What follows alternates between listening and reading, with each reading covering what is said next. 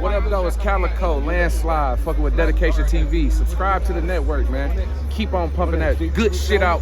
Keep on putting that good energy out in the world. Dedication TV, we dedicated, baby. Yeah, what up, what's going on, man? Salute to everybody that's tuning in to the channel. It's your boy, AC Tho.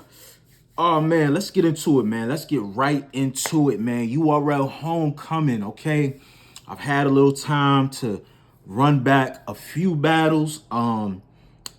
I still, like, I didn't really, like, take too much notes, per se. Actually, I didn't really take any notes. I took a few, but I still need to revisit two battles, particular, Twork, Murder Mook, and also I want to revisit that Swamp and Luke Castro, because there's a lot of controversy with that battle. I know a lot of people saying Luke Castro joint was lackluster, you know what I'm saying? I still want to revisit that battle and really listen to the material, because I don't know, man. Like, I didn't think it was that bad, honestly. I didn't think it was that bad, but I do understand, you know, for folks that were looking for a certain type of lyricism from Luke Castro. But like I said before in the previous blog, like, I know what type of bars and what type of performance I'm gonna get when a Luke Castro is on a certain card. Okay, you're gonna get performance, a lot of energy. You know, you're gonna get a few moments. You know, you're not gonna get heavy bars. You're not gonna get he ain't gonna break his opponent down. You know what I'm saying? He's not gonna do double entendres. You're not gonna get that from Luke Castro. So I don't know if that's what y'all was looking for, or y'all were upset because he didn't give you that. That's not what he does. Okay. But I just want to just go through these joints real quick, man, and just give y'all, this is like my second, third watch. And like I said, like, for me, I just wanted to just watch the battles and just watch them straight through. I didn't want to stop, pause, write bars. Like, you know what I mean? Like, I dropped a couple, but majority, I just wanted to rewatch them again in entirety. You know what I'm saying? So I'm gonna start with Luke Castro and Swamp. Now, after the second watch, now in my first prediction, I had Luke Castro. I had Luke Castro in the second and third on a technicality because Swamp didn't get through his material. Now, after watching it again, I can see the argument of giving Swamp the third round, because it was a stumble, but it wasn't a choke. Like, it was like a stumble that he had. But for me, like I said, I go back to the originality of how you call battles. And I'm actually gonna do a blog on that. But if you choke, stumble, or slip up, bro, that you don't win that round. That's points. You know what I mean? If your other opponent gets through his material clean, he wins that battle. So that's just for me. I understand this is a new era that we living in. A lot of people don't really subject to the old rules of judging battles, but I look at it like this. I just had a conversation with some people, and my thing is this: if it was money on the floor, right? If it was money on the floor and an opponent had 2 slip-ups in each round, you're not deducting points, even though their rounds was impeccable. They could have had crazy haymakers, all that. But because they had 2 slip-ups or 2 stumbles in the round, you're going to just excuse that because they had crazy haymaker, or they had a bar of the round or bar of the battle. No, if it's bread on the floor, those rules apply. I feel like the same rules should apply moving forward, man. So for me personally, like I said, y'all could kill me if y'all want. I got Luke Castro, man. I got Luke Castro taking the second and third. I really love Swamp's second round. I thought the second round, if you minus, you know, the stumble there, he had that was like the bar, like not even a bar, like the round of the battle. I really love Swamp's first round too. Like, his first round was incredible. But, you know, I know when I watched it back, I saw Luke Castro was saying something to somebody in the crowd, and it really threw Swamp off. And Swamp just couldn't get back in place. You know, I watched, you know, a really, really in-depth interview with Mickey Fax. And I also heard Murder Mook, you know, speak to this. And a lot of the Dot Mob members, they kind of subscribe to this theory, which I think a lot of battlers need to implicate in their preparation. Mickey Fax said when he would spar with like Murder Mook, T-Rex, and a lot of those guys, they would write their material, have their rounds, right? They would go in a room. It would be like 3 people. Music would be blasting, having a full-blown conversation loud, and you would have to rap your material straight through. No chokes, no stumbles, no nothing. They would do that repeatedly, again and again and again. They would have a conversation and then jump right back into the material. Like, it would literally train their minds so it was like embedded in their brain. Look it up. I'm telling you, it was an interview that he did. I thought it was phenomenal. And, Mickey Fax has that school, so I'm pretty sure they're teaching that in the curriculum for artists with the memorization, even if they're not battlers. If they're performing, songs on the stage and things of that nature, I think that's something that they definitely, battlers, need to work on, man. Under any circumstance, you need to be able to, even if you get distracted, you need to be able to bounce back and jump right back into place of your material. You know what I'm saying? But that's me, man. That's how I'm judging it. I got Lou Castro with the 2-1. Like, I kind of agree with the battle being very lackluster because of the slip-ups from Swamp. And, I feel like the crowd was fucking with Lou in the first round and the second round. Third round was cool. But I feel like, he brought to the table what he normally brings to the table. You know what I'm saying? Shout out to them guys there. Shout out to those guys there, excuse me. What else we got? So we got Shotgun Suge and Ace Amin. I got Shotgun Suge pretty much having performance of the night, in my opinion, up there. It's like one of the performances of the night. Impeccable. I mean, this man has so many bars throughout all 3 rounds, bro. The speed bump bar was fucking crazy. The bar where he said to Ace, where he was like, "Yo, I'm a legend," or he said, "I'm a top tier legend. To get where I'm at, you gotta die." Like crazy. Like, he was talking to Ace, bro. Ace was cooking too. Like, Ace had material in that first round, but them goddamn stumbles, man. Them stumbles is killing. I'm telling you, bro. Same thing with Swamp. Ace suffers from the same exact shit. Thing with Ace was rapped so fast. I feel like in this battle here, he rapped even faster than I've ever seen him rap. I know he would have certain pockets, but he stayed in that fast, ribbity rap pace all 3 rounds damn near. And I'm just like, bro, come on, Ace, man. Like, you stuttering all over your words. You slipping over. You grabbing for water. Like, bro, you were running out of breath. I heard you say it, like, man, out of breath. Like, damn, bro. Like, you look like Paul's a goddess in shape, so why are you running out of breath? He may have asthma or something of that nature, you know what I mean? But, bro, you got to slow down your material, man. And it's an ongoing thing of us continuously saying the same shit over and over and over again. It's like, bro, I'm not going to say anything. I'm definitely not going to bet with you because I had you taking the battle because I felt Shotgun Suge would have not been, pretty motivated for the battle. You know what I'm saying? Like, I felt like it was high risk, low reward. You know what I mean? Because if he beats you, what does it do for him? It doesn't do anything. Even if he loses the battle, it really does nothing for his stock. You know what I'm saying? To me, Shotgun Suge is definitely a top tier, but he's like one of those guys that's like embedded, like warming up the card, setting the tone of the events. And a lot of the guys that are up and coming that have talent that are trying to get to that next level, they really have to go through like a Shotgun Suge. You know what I'm saying? And that's really like your test to see if you really are cut for the big stage. But yeah, man, Suge took that. I had Suge taking 3-0 all 3 rounds, in my personal opinion. He was flawless. You know what I'm saying? Ace, you got to get that shit together, man. Some of your material was a little redundant. You know what I mean? You talked about, the jail, then you had the angle in the second round as well, but it was just hard to digest the material and really like connect with you because you would keep running it back or stuttering over, slipping over your words. And it's just like, damn, bro, that really could have been a really fire fucking battle. But shout out to Suge. I had Suge taking 3-0. Who else we got? We got Miss Hustle versus ARSONAL. Jesus Christ. That battle right there, bro. It was a lot of chokes and a lot of stumbles, bro, in this fucking card, bro. It was. Like, on the early part of the card. Like, that's just crazy to me, man. Like, and ARSONAL coming off that rooftop battle with Jag, crazy performance, The Blue Room battle with B Magic. Oh my God. I got that as being one of my favorite battles of the year, man. Like, crazy battle. This battle right here, man, I'm not going to hold you. I had Miss Hustle all 3 rounds.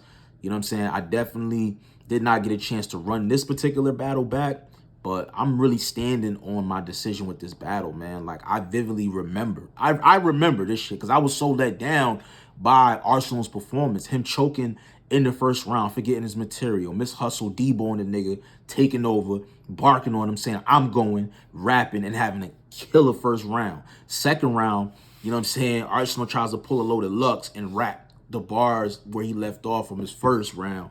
I don't know if he kind of chucked his second round. I don't know, but you know what I mean? It was cool, but it was just like it didn't have that momentum in my personal opinion. It was bars, you know what I'm saying? He had some shit there in the second round, but for me, it was just like Miss Hustle was like here, and I feel like she never left that point. She kind of stayed there, and I feel like Arsenal was like fighting to get to that certain point, and I feel like he never got there. The third round, rapping to his inner self, you know, he had like a clone with dreads, and it was just weird. He was choking and stumbling through that, rapping to himself, and I was just like, bro, it was just sloppy, bro. Just sloppy all across the board. I had Miss Hustle with a very outstanding performance all 3 fucking rounds.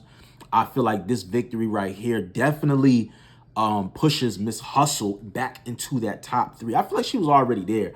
I know a lot of people, you know, were discouraging her because of the ghostwriting, you know, allegations, and also the rehearsing early in the year with like Sheet Happens and things of that nature in the Verb battle. You know, those battles were light work battles, you know what I mean? They were rehearsed.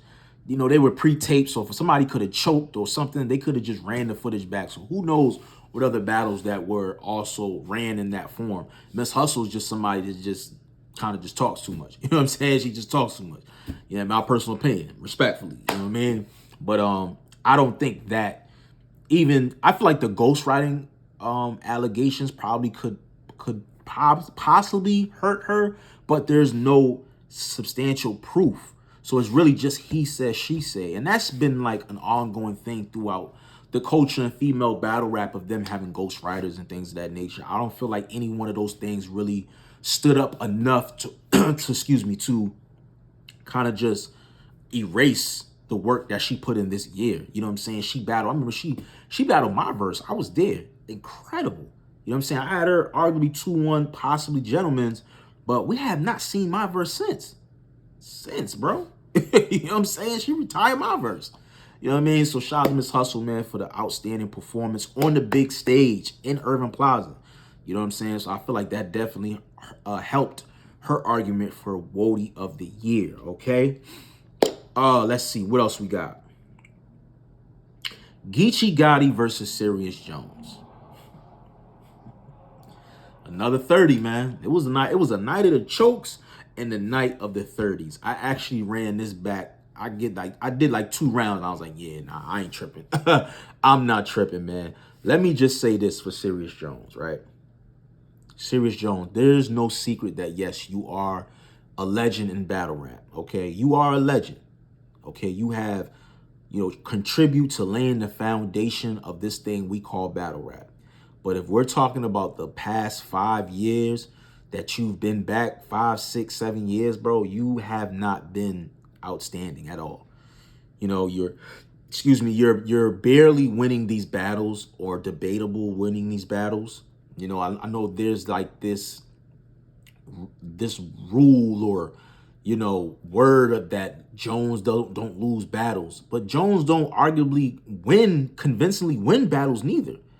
You know what I'm saying? And for me, I felt like ever since the Charlie Clips battle, I've heard you say you felt like it was a debatable and you won. I felt like I wasn't impressed with your performance on that stage. Now, I know like that was like your first battle back in a long time. So I was like, I can't really be too critical. You know what I'm saying? Like, he ain't battled in a long time, especially of this type of magnitude. We're talking 1,000 people in attendance. You know what I'm saying? So for that, I thought he did pretty good, you know, but I didn't think he won that battle. But then I go to like his career after that, and it's just like, bro, you don't have any memorable battles, in my personal opinion, off the top of my head, other than Murder Mook, the Jin battle, you know what I'm saying, the Fight Club battles. Like, I'm talking after that.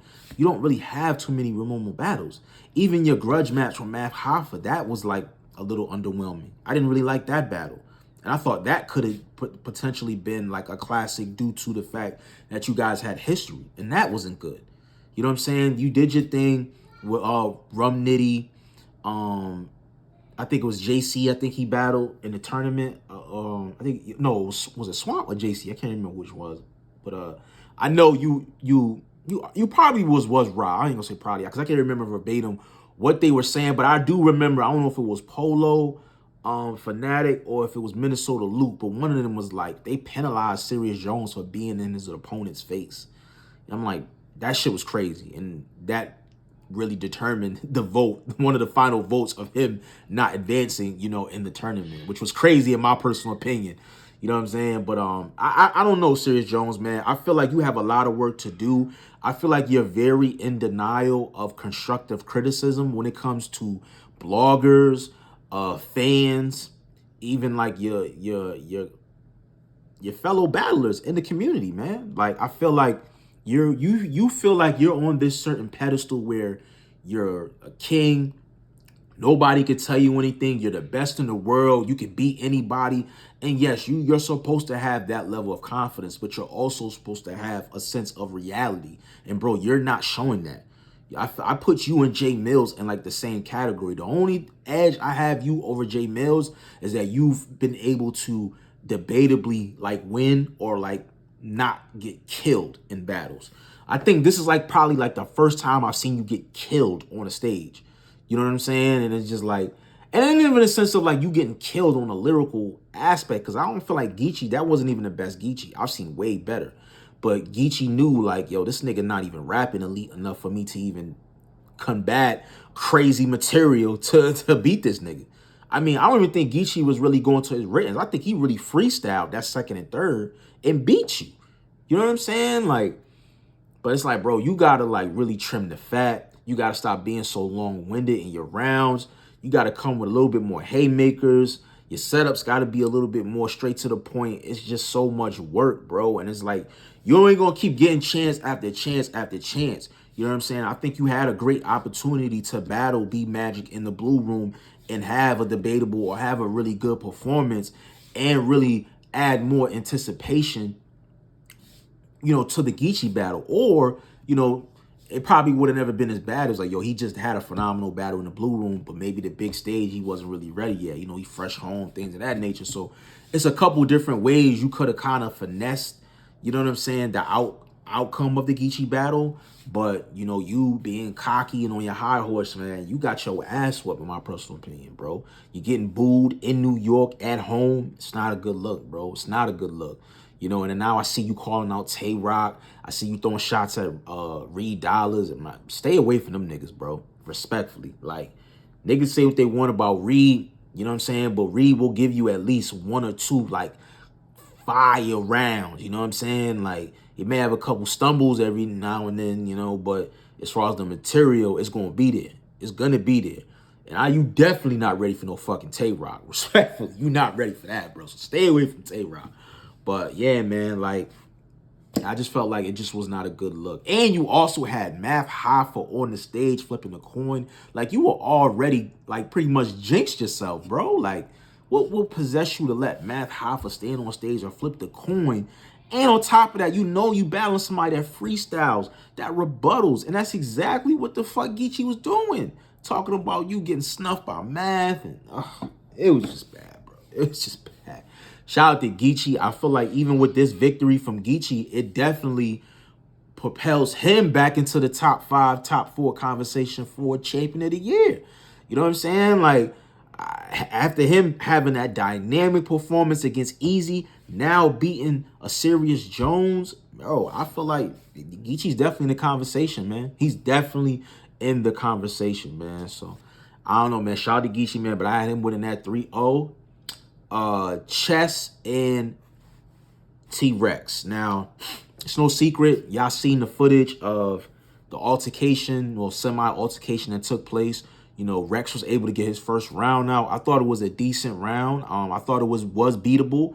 And it seemed like, because I'm not going to say Chess was going to beat the round because Chess never got all his material out. But I will say it was looking like he was going to dominate that first round. You know what I'm saying? The 12-12s, the 12-12 skinnies, the 12-12. You know, I was 12 carrying a 12. Like, that whole shit was crazy. And that shook the building. And that was like 2-3 bars in.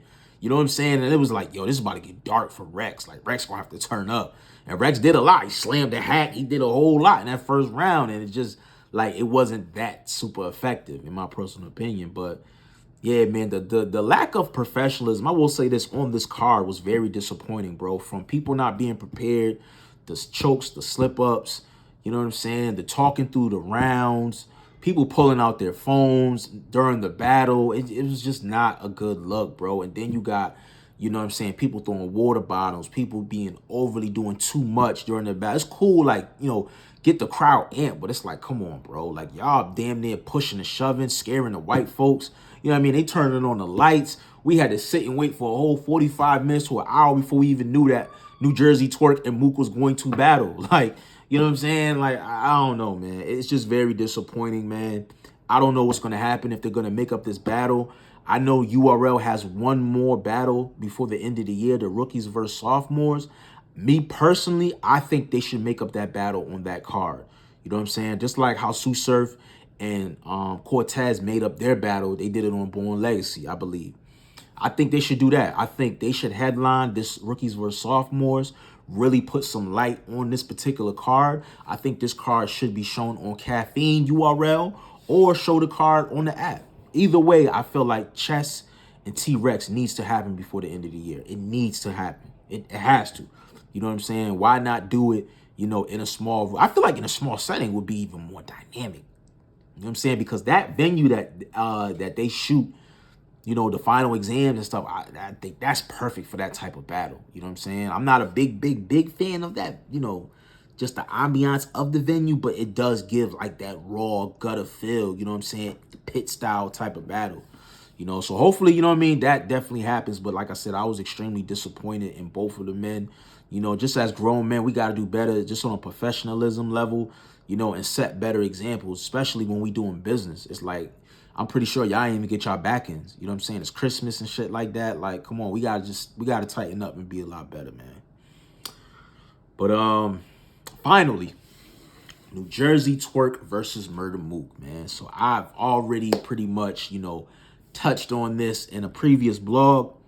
I will say I stand on my original predictions. I gave Murder Mook the third round.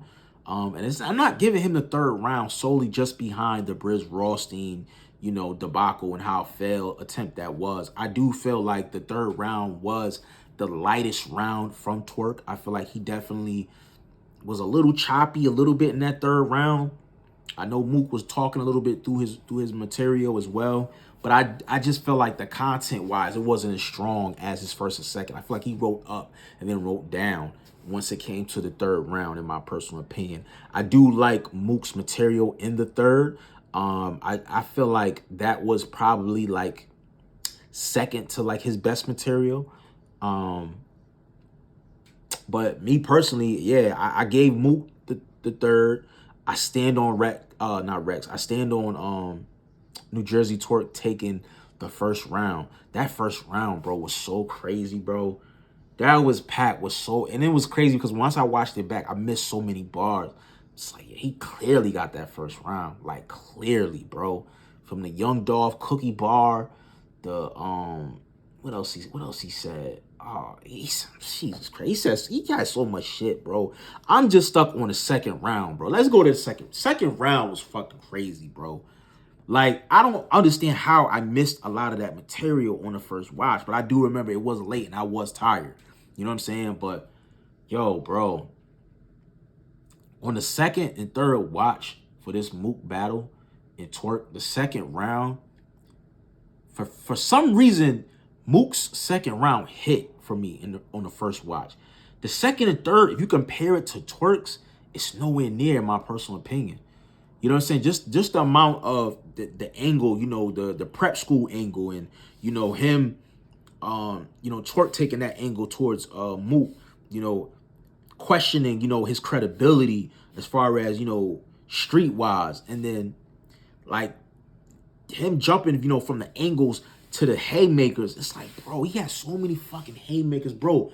The android, bro, when he said something like I'm trying to zigzag, like I'm trying to unlock the android, bro. When he said that bar, that shook the whole building. The whole building was screaming 2-0, 2-0. I'm just like, bro. And that was like towards the end of the round, once he got like the rest of the haymakers out of the way. I'm like, yo, nah, Twork got this second, bro. He got this second. Now it's like, if you probably break down Mook's material, I feel like once you break down the angles of things of that matter, it might digest a little bit better. But for me, like the instant gratification from New Jersey Twork and that second round on the second and third watch, bro, it's clear as day in my opinion, bro. My opinion. I hear a lot of people saying Mook's second round might age better, and y'all might be right about that. Y'all might be right. But for me personally, yeah, I definitely had Murder Mook taking that. Not taking the second. I had Twork taking the second round. So I had Twork taking this battle 2-1 first and second. But I do feel like Mook's second round was a really great round. You know what I'm saying? I just feel like it was just levels in the performance, in the bars, in the haymakers, the angle. I like Twork's angle a little bit better. I do like the rhyme pattern and some of the schemes that Murder Mook took, but I just feel like Twork was just a little bit more effective. Shit, even Mook was giving it up to Twork in that second round from some of them lines that he was hitting them with. Like the Busta Rhymes, the Dave and Buster's bar. Like, you know what I'm saying? He correlated with Dave E saying that he had Mook and how, you know what I'm saying, Mook was signed to Busta Rhymes all that time. And, you know what I'm saying, like, correlating that with the Cavassier, because Busta had to pass Cavassier song. Like, yo, I just, like, when you really, like, watch that shit back, bro, I'm telling you, like, yo, Twork was really on one. This probably is, like, one of the best New Jersey Tworks that I've seen, bro. It's up there, like, top 3, top 4, like, best New Jersey Tworks. Like, this was electrifying, man. And it was just sad for him to kind of, like, use Briz in that third. I just felt, yeah, man, you said you was clipped up. So I just feel like you went to the wrong clip, bringing Briz out, and then Mook just pretty much violating Briz on the stage, saying he's a victim. You bringing the victim out. I already punched. You said I already swung on him and he ran. And it was just cringy as shit, man. It really took away from the dynamic of Twork's round. Even when he tried to rap and get back into the material, it was just like, damn, we just still in shock that the nigga had the nerve. Briz had the nerve to come out on camera, bro, and just show his face like it was going to mean something. Like, I don't know, bro. That shit was just crazy, man. But, yeah, man, like, in totality, the event wasn't,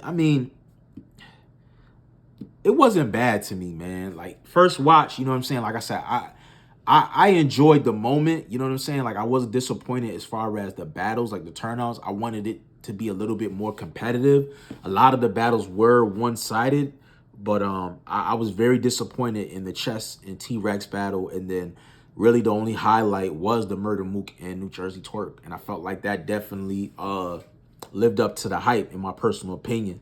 But I've had to grade this card 1 through 10. Second watch, it's probably like a 6.5, you know what I'm saying? I think I had like a 7.5, probably give it a 6.5. I felt like because they had New Jersey Twork and Mook, and because that battle really panned out to be a really, really great battle, I give them a little bit more points. If that battle was like lackluster, or if it was like clearly one-sided, that 6 probably would go to like a 4. You know what I'm saying? Just because of the slip-ups, the chokes, and people pulling out their phones, and it was messy, bro. It was messy. You know what I'm saying? But, shout out to URL, you know what I'm saying? Hopefully they can complete the objective with the T-Rex and chess battle. Shout out to Nunu Nails and Jay Black for the commentary. I thought they did a really good job as far as keeping us entertained and with dialogues the best way that they could.